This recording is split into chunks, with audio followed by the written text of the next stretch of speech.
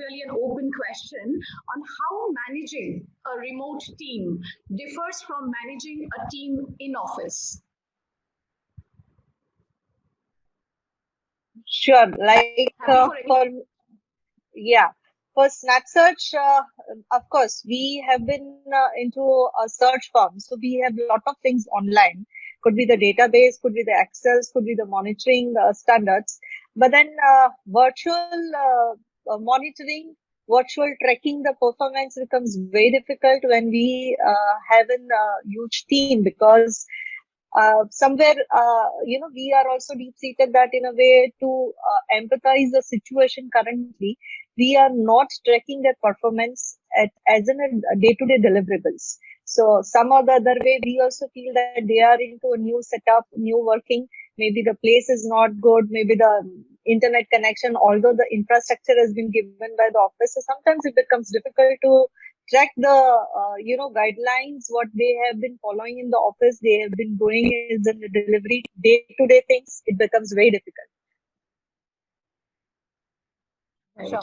So, Anupama, can I think, add on? yes, Sure. please. Sorry. Yeah. Sure. That's okay. I mean, you could carry on. No, I was just sort of taking it from there what she mentioned. So maybe Anupama, if you have been having a team which is dispersed and remotely working as well, do you see any other very unique challenges when you are leading a virtual or a remote team? Yeah, so basically, our team, so we actually, in our office space, there was a very lively environment. So, everybody is cracking jokes. We are, doing some humorous activities and those. And then parallel to that, we keep on working. So the challenge that we face is, to create the same environment and the same energy so that, the team feel connected with each other, bonded with each other, and we just don't remember the faces but also remember how those people are, what are they, who they are basically.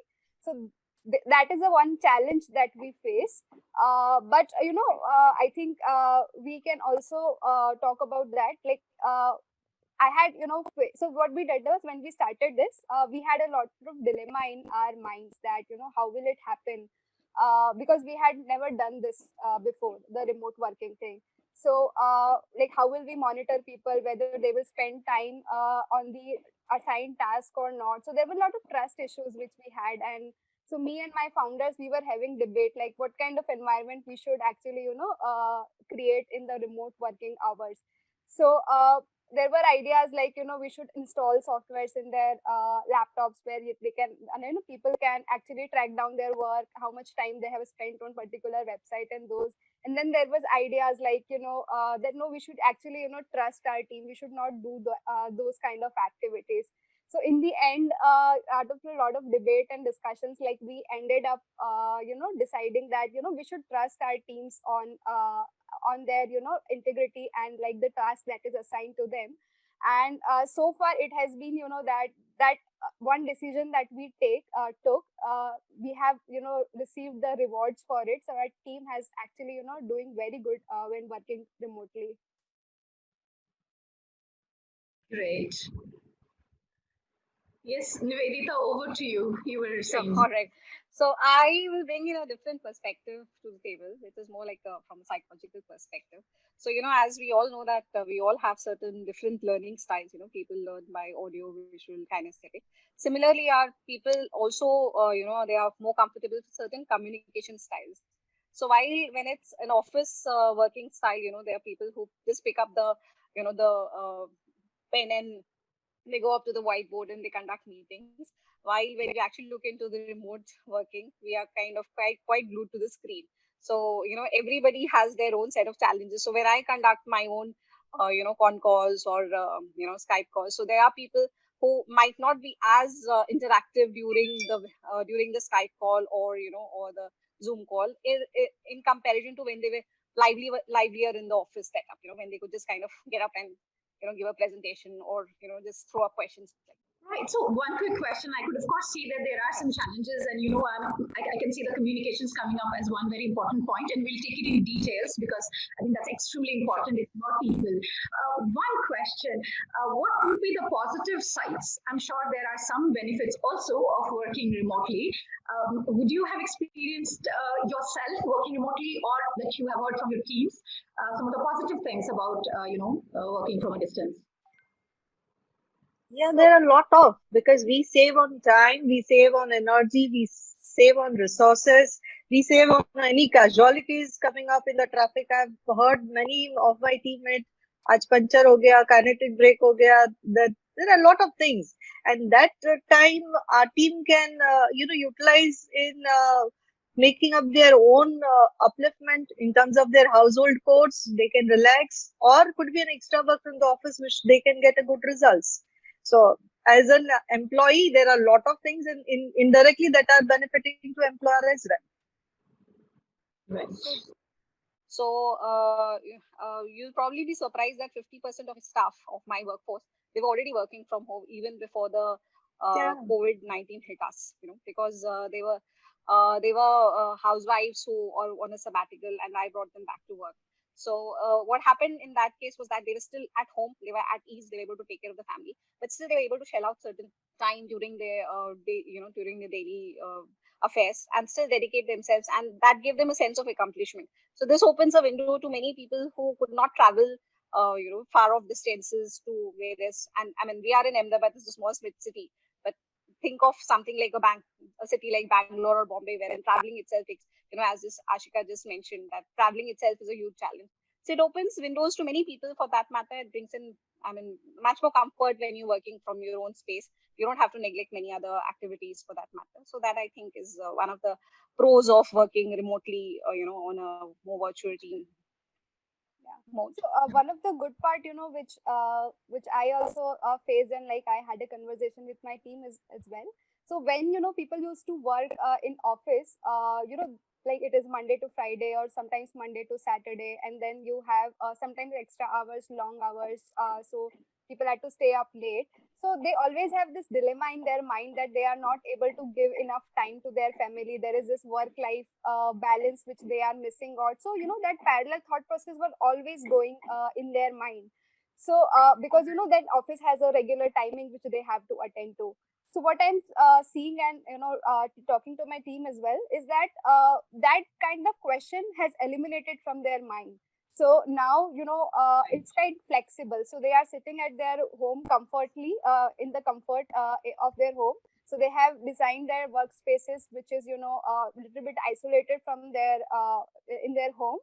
And when they want to help their mother, father, when they want to engage with their kids, so they can actually spend the time with the family as well as at the work. So that question has eliminated from people's mind. Correct. So, from the positive side of it, I can see that saving on resources, saving on time, and flexibility, and it might be very important for a lot of even the younger resources these days to to be able to save on that. So these two seems to be quite the positive side of it. But also having these virtual silos that people build, when they're working and having their own independent routines and habits. Plus, of course, as maybe managers or business owners, you can no longer rely on those in-person meetings or maybe the unplanned check-ins, or let's say sometimes the impromptu work that you need to have a conversation. Those things probably are a little bit of issues. So what I'm thinking, you talk about so many things. Let's pick up the communication part of it. It plays an extremely important role in everybody's life, especially interpersonal and all of those things. A substantial portion, I think, of the communication is a non-verbal, is a non-verbal part, like let's say the body language. Yes. What tips you can give to our, our founders? So we today in our, the guests who have logged in today for our webinar, there are a lot of them who are, early startups who have started their business recently. They are the business owners, founders. So what would be your probably tip that you could be giving to all of these new managers who have a team remotely and they really do not know how excited their teams are, in terms of their working or how best they can have that, relationship continuing of working. Yeah. So I would like to go first. It's all right. Yeah, Sure. Yeah. So basically, we have after 1 week of doing remote work, we realized some things, and then we made some rules, which I actually want to share with you guys. So for the communication part, what we were facing challenges were that when it is remotely happening, then there were a lot of chances of miscommunication, misunderstanding, and then dependencies not being resolved as they could when we are sitting face to face with each other. So we had made some rules that for communication, no matter how short communication it is, like the first priority is to always get on a video call. So like if you want to communicate with a team member or the whole team, you use video call. If for some reason video call is not possible, then actually go for a audio call. So just call that person and get it done. And then the third is if you don't want to be intrusive and it is less important, then you can just send a chat message or you can do that in chat, but avoid emails like anything like for internal communication or any even if you're talking to a client, avoid emails. So because email has this habit of misinterpret it is good for creating a log, but like people generally don't there is a more chances of misunderstanding of some statements. So that was one of the thing. Then we set up some regular meetings, so which is like we have our daily stand-ups in morning and sometimes in evening as well. So we what we have done is like we have divided our team in small teams, and based on their mutual agreement and the team leaders call, they decide whether they want to held the stand-up meeting twice a day or once in a day. But it is like a religious purpose, like they have to be followed religiously. So if you have set it like I want to do the stand up at 11, then everybody comes in at 11. And for rest of the day, we have actually made it little bit flexible. So because people are staying with their family and they have different needs, so flexible in terms of like wherever you are working from, whenever you are working, we don't actually look into that. We just look into that you have to attend the stand up meeting, and the goals which are set, those are to be met. Like if you are putting 2 hours, 4 hours, 7 hours, up to you, but the goal has to be met and they are measured in the those meetings. So that is one thing that we have done. The third thing is that we use some tools where we can have group chats possible. So normally when you are in office environment, what happens is like you are bumping into each other and you are having some casual conversations, so which actually bond people together and increase their chemistry so that they can work in a team. So that is kind of a missing. So how can we actually bring that in a virtual environment? So what we have done is like we have created some group chats in a tool. So so in tools, what that happens is like that is for random conversation. So one is for random conversation. If just I found something and I want to start a conversation, I can write in there, and people who are interested can reply that. Then there is one like a place where people can share like what new they have learned, what is if they are pursuing some art, some hobbies, they can actually showcase it over there.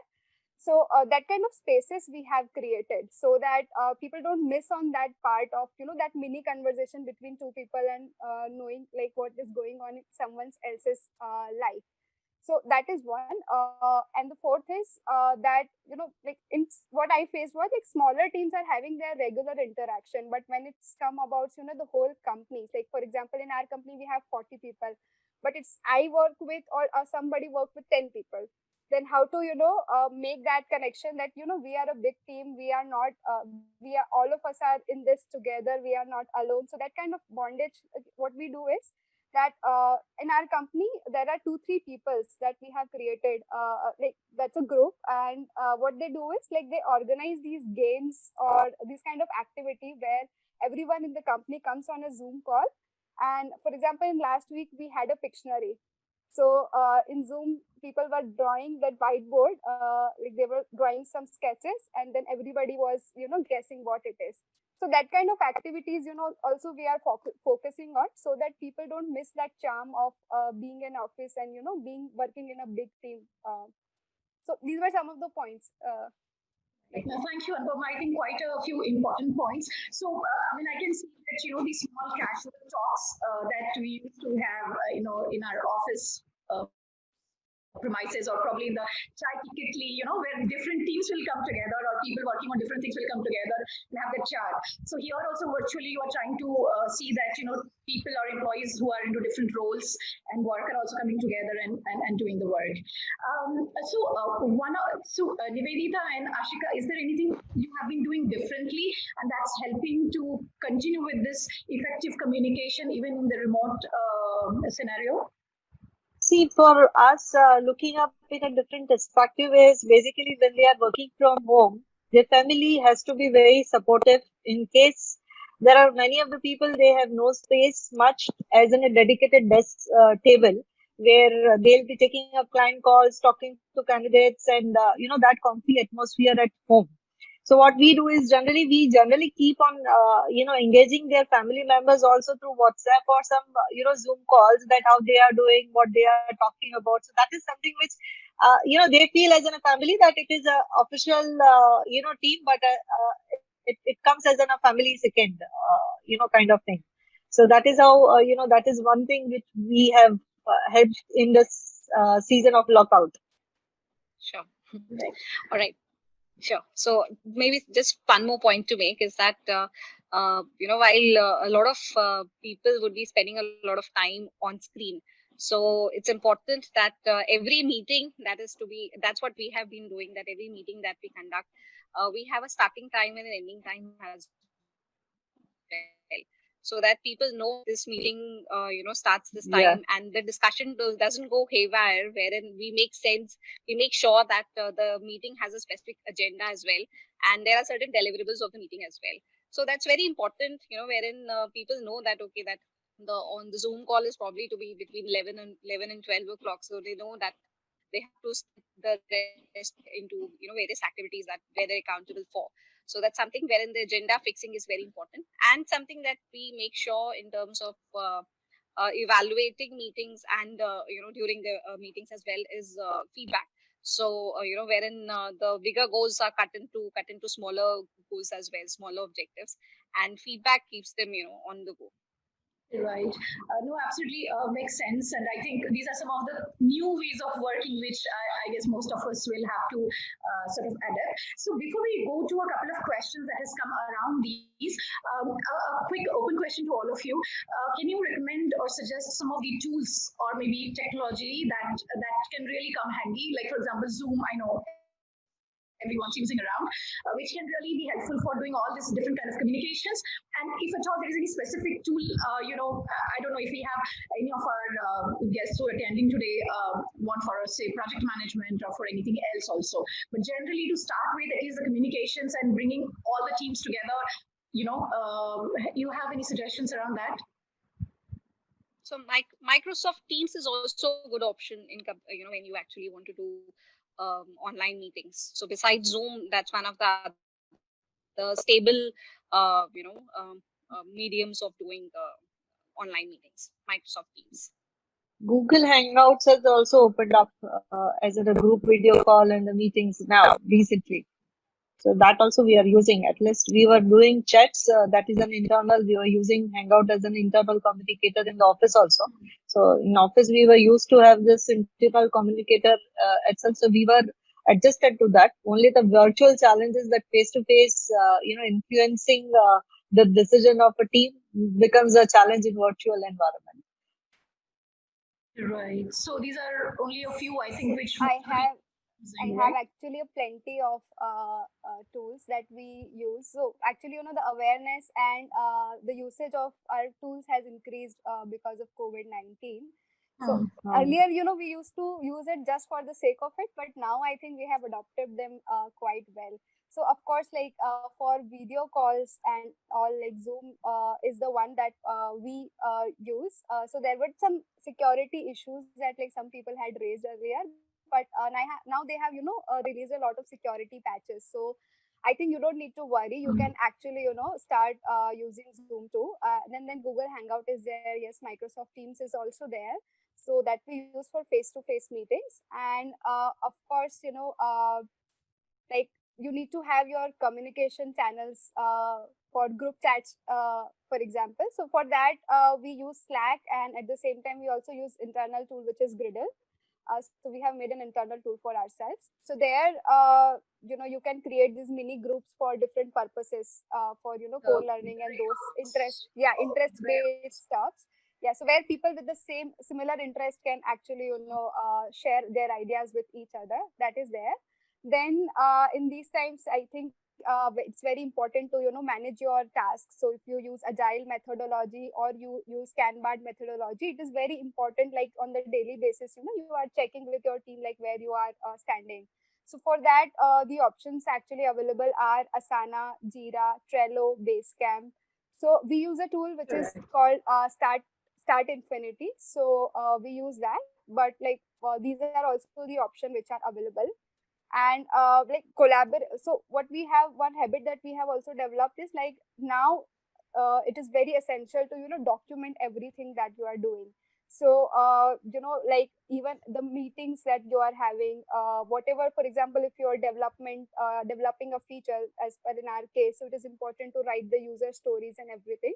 So for that, you need some documenting tools which are required. So you can use Google Docs, Google Spreadsheets. You can use Microsoft tools for that. Uh, then there is Notion, which is available. I think I'm hearing an echo.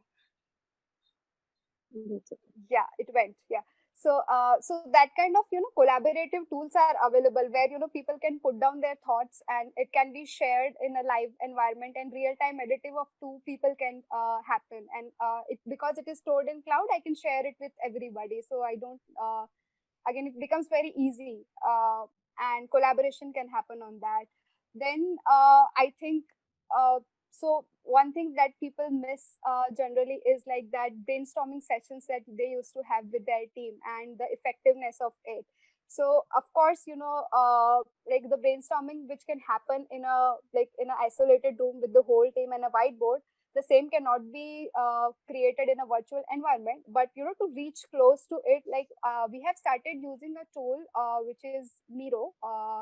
That's actually a nice tool where you can create that it gives you a whiteboard feel. So you can actually draw stuff, you can write on it, you can put sticky notes on it, and like multiple people can actually come together and can experience that whiteboard thing which is there. Then in our cases, like when we are developing applications, so it is important to give feedback to the team. So for example, if somebody published a page and there are some issues in it, for example, there is a spelling mistake or maybe some alignment is wrong. So what we used to do is, like in the real world, like in the office, we used to go to that team member and used to show him that, this is wrong, that is wrong. But for that, what we have done is, like, we have started using Loom. So Loom is a very good tool for recording the screen. So what it's just a Chrome extension that you install in your laptop, and it just works like very easily. You just start record, and then you speak, you tell, and then you can actually annotate on your real screen that, for example, change this, change that, and the whole video is recorded and you share it with your team. So instead of sharing feedback in text messages or creating images and annotating and writing, what we have found that it is better to create little bit videos using tools like Loom, and you share the feedback with your team. So that's a good experience that we are having with Loom.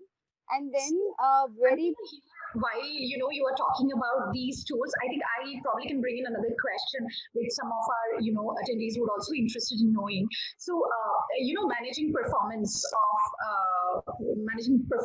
the team, or managing the productivity, or the different activities that each employee is required to do, or for example delegating the work. So how do you see that is changing? Of course, like you were mentioning about some of the tools which is going to make these jobs a little probably more structured. But how do you see managing these things while working in a virtual environment? And of course, there are a couple of questions where some of our participants would also want to know if this could be easy even in industries like manufacturing, where there is production units and those kind of things. So anybody, maybe Ashika, if you have any experience, or Nivedita, if you want to add here on managing the performance part and the productivity part virtually. See, basically, Anupama was telling about few tools which are mainly used in IT industry. The industry where we belong Yes. to, or few people who are a new budding entrepreneurs with 2 to 3 people team or 5 people team, there would be a lot of issues, like, in a way I have a stable team since last 3 years, so I have a trust, they have a trust to me, and then the things go. Then also we have a performance issues. The people who have just started the business, they don't know, and their lockdown has gone, and in a day people have not been able to manage the laptops and systems also at their home. So the infrastructure has also gone on haywire, how they will work, and now that has extended. There are a lot of things in a way that how to communicate with the team is basically to, if you are going ahead with the same team, the trust level has to be taken up in a way. Lot of communication. See, now as an influencer, we are not only the creators, we are the connectors of our team. So we need to connect with them. As I told you, I connect with their family members, I check with their family members. So that is how something is to be taken up. About the communication skill tools and the performance parameters, we generally use Google Sheets. So where they have an edited thing, they have a timing also, who has last edited, who has worked. We generally use Naukri portal. We have RMS, where we can take out the reports that this are many resumes have been seen by a person as a validator. This have been sourced to the validators. There are a couple of tools, but then first tool is foremost is basically the trust, what you have for your team and your team has for you. Right. So basically, what I also then understand that irrespective of probably most of the industries, the way to work is to have to ensure that they are more structured, they are more recorded, they are more written. So that all the teams are on the same page, and even if virtually people are from different locations, they still have probably access to the same information at the same place, whether it's cloud or whichever way. And like you rightly said, probably Anupama talked about some of the things which are more probably towards the IT industry. But of course, when we have startups, it would be across sectors, healthcare, production, even manufacturing, and can be different ones. Nivedita, any thoughts that you have around that? The business owners can ensure that the productivity and the performance of the teams and the business can continue to remain same even when they are working from home. And what is it that we need to do differently or additionally to ensure this happens? Right. So one thing that's clearly very important is that the KRAs and KPIs have to be restructured. So what KRAs and KPIs and objectives that were set in January may not be applicable in the current times. So maybe we might probably be giving them quarterly targets or monthly targets. But what I rather feel is that instead of putting in larger targets, or so they have to be clearly broken down into smaller segments. So this apparently what will happen is that once it's like achieving smaller goals. So importantly, what happens is that the accountability towards smaller goals also improve. And as we keep facing several challenges now and then, so you can't really be certain of something, that what the objective that is set for this month will be, which will remain stable for the next few weeks, right? So it's important to keep them a little more shorter, put them into smaller goals so that they're much more achievable. So this eventually would also motivate the employees, the staff, wherein yes, and obviously accomplishing them would be much more easier for them. Right. So probably the focus is not probably on somebody working probably for that 8 hours at 10 hours, but the focus ideally should be in the output of it, right? What is required to be done, that needs to be done time that is required. And I think that every team member will have to ensure that they are all following their timelines, and the work that or the output that they need to create by the end of the time that has been specified or agreed as a team, right? So that everybody is able to work together without meeting no, probably not regular basis, probably not. In fact, Sure. I have somebody who has been asking that in the future, would you like to work from home or you would like to go to office? I think it's not much of a choice now that we have. Probably looks like the new norm is many people are finding the advantage of working remotely. But I think there are a lot of industries where it can be a little more hard to adapt compared So to it any will others. also have to depend on the function. Yeah. It will also have to depend on the function for that matter. Function, right? Did you say function? Sorry, because I lost. Yeah, Hello? absolutely. The function, yeah, the function. For example, production functions can never work Hello? from home for that matter. So it will depend, or let's say client interaction. There'll be some element of moving out of home. So you can't do business development sitting from home all the time. So it will entirely depend on what function you are. So there's not much of a choice, as you actually said. So for that matter, a support system, support staff in a medical hospital or could be in a pharma, my HR counterpart working in a pharma company has to go because their production unit and manufacturing unit is working. So if she has a 4-year kid, her business is going, 7 days a week. At least she is expected to go to office for 3 days a week. Right. One question, if I could take here, which has come from Sneh Ratsin. Can you help us to know how to handle a team which works on the field and do job outside the office? Are there any methods of how to manage that? So I think probably he's talking about the sales team, which of course will not happen. Probably, is there a way that we could change the way of sales happening, or probably that's what his question is. I don't know. I mean, didn't get into the sales question. is, I think, totally on field thing, which has affected. Field. Yeah, which And has do the- affected. Sorry, yeah, go on. Yeah. So sales is something which is like totally on field and which has affected a lot of companies like badly.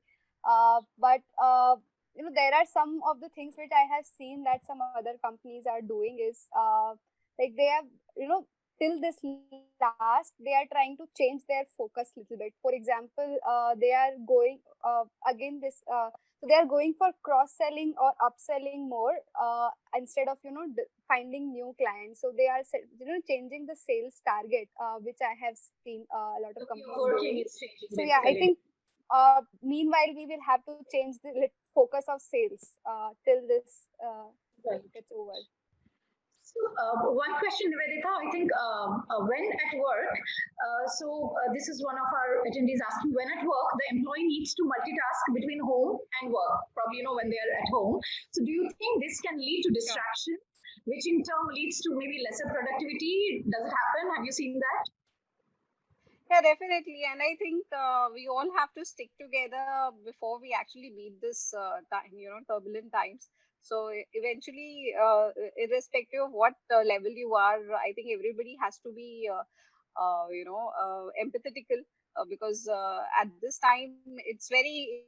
It would be probably impractical to expect 100% efficiency during this time. So I think being empathetical is important here.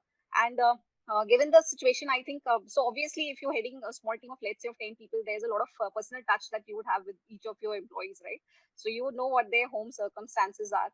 So it makes more sense to give them objectives wherein, yes, you've given them a task and obviously efficiency. So they might not probably be available for, let's say, between 10 and 11, but they might be available from a time which is, let's say, 7 p.m. to 8 p.m. So there's a lot of harmony that will be important and a lot of empathy that will be important from the leader's perspective. Right. So further, the question extends to how does the absence of dedicated working space in homes affect the work? I think this we already talked where it is actually we are saying that it is important that they create a space for themselves which they can consider as a dedicated for their work. Now that's how they have to work regularly, right? On the other side, so we have another on the other side. What do you think are the challenges faced by the employees during work? Okay, I think that we discussed about it, and how do you really monitor the employees.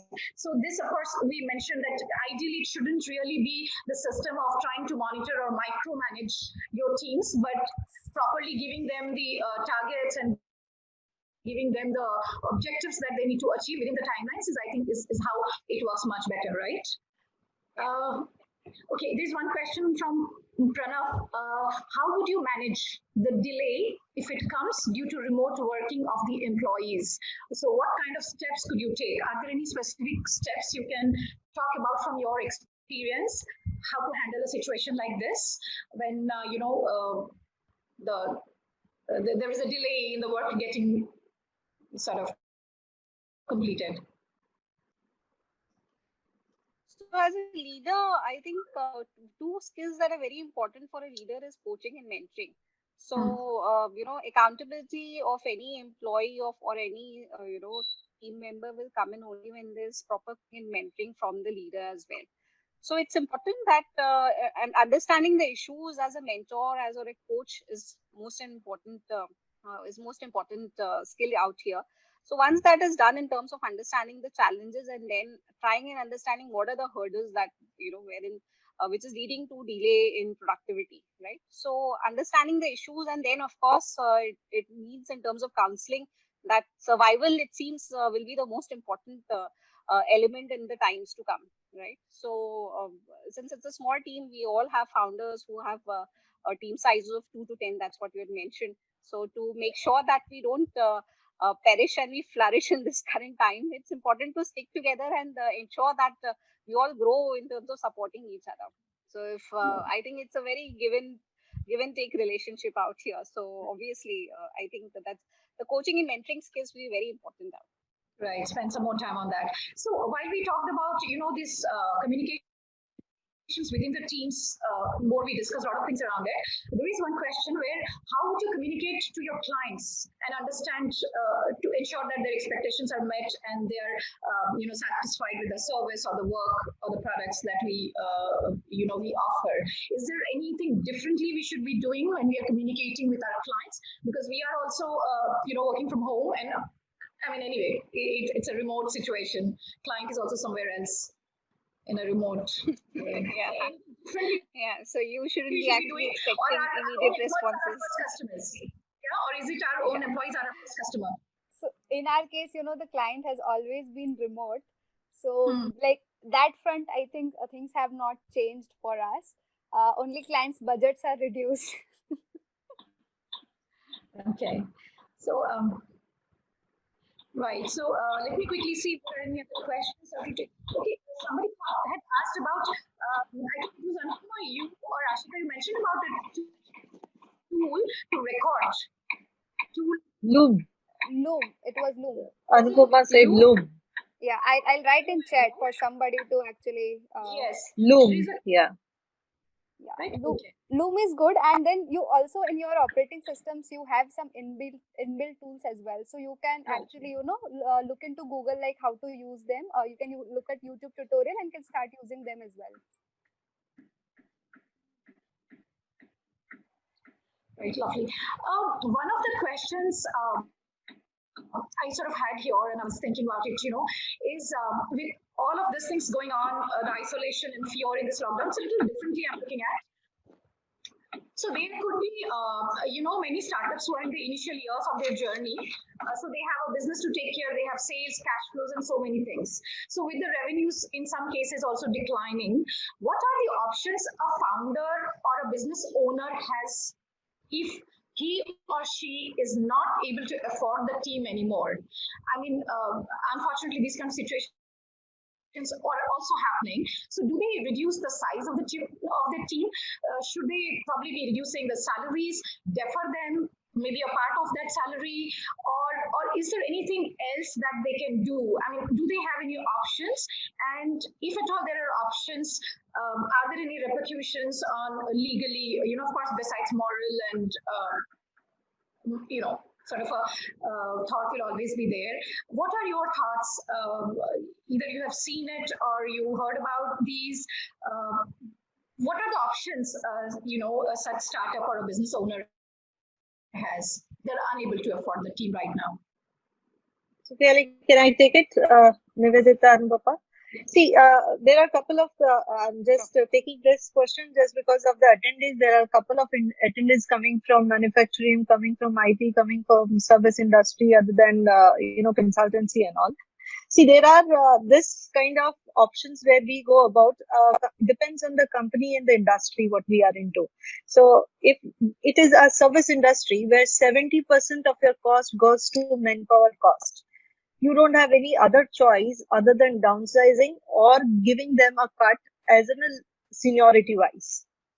Could be senior leadership can take a voluntary cut, and that can be compensated with a decent incentive later on when the company performs. Second thing, when you are into a product and a manufacturing company, your production is already running on a 50% of the capacity. Your variable costs are also there, and your fixed investment costs are also there. So there is nothing which you will be able to take out as an ROI from this sector of 6 months. So there are a couple of options where they have downsized the team. Literally, I mean, it is a whole cascadely, it has been downsized the team. Another sector which is there as as a service team, but then as a company has a vintage, company has a stable team. They're into the industry since last 15, 20 years, been into the profitable, setup. Deferring of the CTC is not an issue altogether with the team and the employer. As in all, that would be a motivation for a team that they have been, working for some half day or so, but then they are getting a full payment once the company performs. So there are chances that there will be a downsizing. MNCs itself, they are announcing the downsizing. There could be an, deferring of the CTC and the salary wages into the state, and municipal corporations as well, because their heavy GST, things are not working. I mean, to say luxury hotels, it's not working up. So there could be a lot of, chances that we get into this phase, not 1 month, 2 months, could be down the line of third month, fourth month. Right. Nivedita, have you sort of come across any situations like this?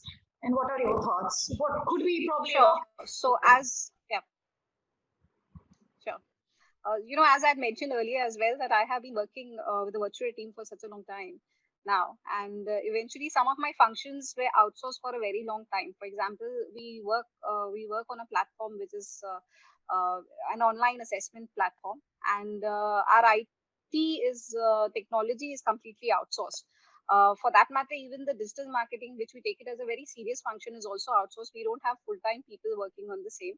So the flexibility that it comes to me, that I'm not obliged to pay them on a regular basis now in this current situation, when my cash flow is at a challenging, is facing a challenging time. So what I eventually do is that I cut on the deliverables or the objectives that I set for them.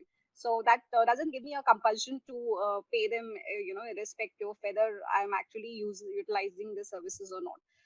So even for other organization, a recommendation would be that pay cuts are you can't avoid them in this current situation. So one of the options that could be given is that to have them as consultants. So instead of having them full time on board, so it would be rather more sensible to have them as consultants, wherein you pay them as per the work that they do. So you're still paying them, you're keeping them engaged with the organizations. They're not unemployed, they're not laid off, but eventually when things improve, when good times come back, you have them full time and they work, then they come back to you. Right. So a couple of things that I note as of now is one, you could probably outsource if you are unable to have it with your own like full-time employees. You could convert them into contracts, maybe depending on the amount or the quantum of work you're getting done, or the pace could become a bit of a fixed and bit of a variable, or a bit of something that can be paid on a monthly basis, and some could be paid probably at the end of the year when you have probably achieved a certain target. Besides these, Anupama, is there any other at all in your organization?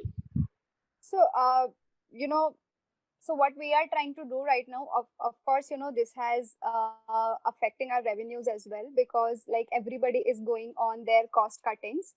So there are different options available, which which I think all the founders are analyzing and considering. So some of them I think we have already discussed. Like some people are deferring the Right. bonuses or the variable part which comes into it, and So then do you see, the pay cuts or, probably reducing it by 30%, 50% at all levels? Is that kind of happening and people are accepting in this situation?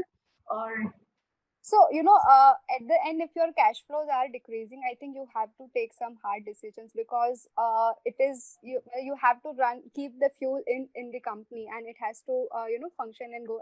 Though every founder hate it, but those are some difficult decisions which you have to.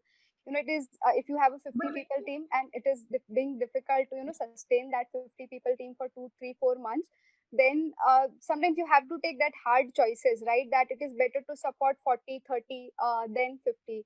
So that comes to that downsizing. And sometimes like based on like what kind of team you have or how important is their function to run the company, uh, like this is also possible that people based on their salaries they can be categorized. And let's not try to touch people who are in the lower regions, but like the right. upper ones, they can actually we can talk to them and can ask them themselves, like how much cut they they can take it themselves, so that we I can. know if I have understood. Yeah, Right. And sorry, I'm just going back to that. So, no worries. sorry to interrupt you. So, one, I of course understood like what Ashika and Nivedita also mentioned, because I'm just trying to take the other questions also that we have. You all three are founders of companies. So, if at all you have to do any pay cut, for example, or if at all there has to be any termination of a contract, will there be legal obligations that as a founder somebody has to take care or understand it first? If you can please share some insights around this. So yeah, some one of the thing is that that is like this kind of situation generally invite for force majeure, which is a clause which is there in all the agreement that you sign or contracts that you sign. So like there, this case has not happened before, but like we are assuming that that people are assuming that that clause can help them to get out of such situations if they face any repercussions like that. Right. Right. Nivedita, anything around these legal sort of formalities? Any view, any insight? Yeah, there is at least there's a requisition from the ministry in terms of not laying off and zero retrenchment at this point of time. But I think a lot of clarity will come in with time, because at this time we are only hearing about requisitions from the ministry, from the government, as to and no pay cuts, nothing at all. So I think it will come in gradually in terms of what will be the final in terms of the conditions and the laws that will come in, I think. Right. Ashika, you any word on this from a See, legal point? for me at the current situation, termination is out of question, although we have non-performers in the system. But then we understand that recruiting, because we are a recruitment consultant, we understand the pain and the efforts what we get into recruitment, hiring a new employee, training them, and keeping them motivated till they don't get results. So it's a huge investment of a company for a new resource. So now in that case, a termination comes at the last end. And at the current scenario, when we have that, we have to be empathetic across for this non-performers also. So termination is something which I may not look at, and in fact, people who are at my level also would not look at termination where they have a team stable for 5-6 years down the line. So second thing is definitely at this level when we have a good leadership team, they themselves take a voluntary cut. Third thing is when we talk about downsizing the non-performers, so it means from if I have a team of 27 people, then the last performer 25, 26, 27, the major cut will be coming to there. But if I don't touch them because they are low paid, my team, but then if I cut from my leadership team, they are only doing the business. So how do I justify, cutting their salaries as well? Right. So this is all, it is something Right. very mutual with a team, employer and employee. because once upon a time we also have been an employee before coming to an employer state. So we understand that how the situation will be for the employees as well. So currently the thing is it should be mutual. And for us, we have declared for the CTCs also, if we cut down the payments, and our industry is very seasonal. If the our season has gone, then I think currently no company. If I put the standards of performance for my team currently, my clients are not hiring. How do they perform? So that I am also aware. So there are nothing which we can tell team that they are not performing and they are not taking up. So we have to be empathetic leaders and the owners. That is what my point is. And I think I just picked up one point here, what you mentioned, Ashika. So let's assume that probably in another 6 months, we are back to normalcy. I mean, obviously, everybody has a different view on when probably we'll be back to normal, whether we work from home or whether we go to the offices. I think recruiting again and getting the right talent and resource is not always that easy. Even if, let's say, quote unquote, the unemployment percentage might increase a little bit, but even getting the right resource, right talent whom you've already trained might not be so easy to get immediately. And even if you've got somebody talented, you again need to give time to bring them up to the speed. So from that perspective, if it is possible for a business owner to continue with the team, but maybe think of different ways, maybe like I said, deferred payment, little pay cut, little XYZ, maybe upskill them during the time with some online probably other courses, etc. That can still be a better option if it is possible for them, rather than probably thinking completely sort of to terminate somebody. But if at all somebody is thinking about a pay cut and termination, it is important that they should see all the legal important things around that agreement, right? As to what kind of a contract they had with that particular employee, if they are thinking of anything like this, right? So that's important thing everybody has to take. Yeah. I think it's an extremely important topic. So in case anything missed on it, please summarize. No, this is what we discussed. Right. Okay. Brilliant. I think we just have a couple of minutes. If I can probably take 1 minute and maybe Nivedita, I can sort of request you on this because you have done a lot of work around this. I'm thinking about the mental health part of it these days, because as we keep hearing, due to the lockdown, there is a lot of nervousness, a lot of anxiety, loneliness, and all of these feeling. And of course, we talked about, the uncertainty of the jobs for a lot of people too. Is there any thought that you can share with us as to how a business, whether it's a founder or whether it's their teams, they can deal, with this sort of a difficult situation, sort of that's impacting our mental health as well a little better? Probably a quick answer. Right. So I think one of the most important things that all of us need to realize is that nothing is constant. So if these turbulent times have come in, so obviously they don't last forever, right? So, and I don't think there's anything more important, neither your salary nor your bonuses come more important than each one's lives, right? So yes, everybody I'm sure is experiencing a lot of anxiety and nervousness. In this scenario, I think your immediate team leader has to act more like a counselor and a mentor, and everybody needs to have a buddy in terms of in the organization or outside the organization, wherein you can share enough with each other, right? Keeping it to themselves will only create more mental disturbances and more anxiety.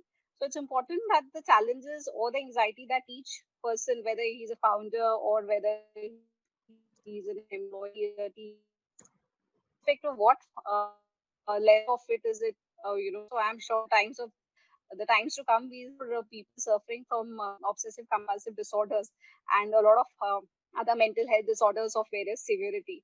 So it's important that organizations have to have an open and a transparent environment wherein any team member could get up and approach the leader as a mentor, as a counselor, as a coach, and share the various challenges in terms of about the anxiety or other depression problems, so that people feel comfortable. So that comfort zone has to come in. So I think that once everybody receives that open environment, I think there'll be lesser mental health challenges.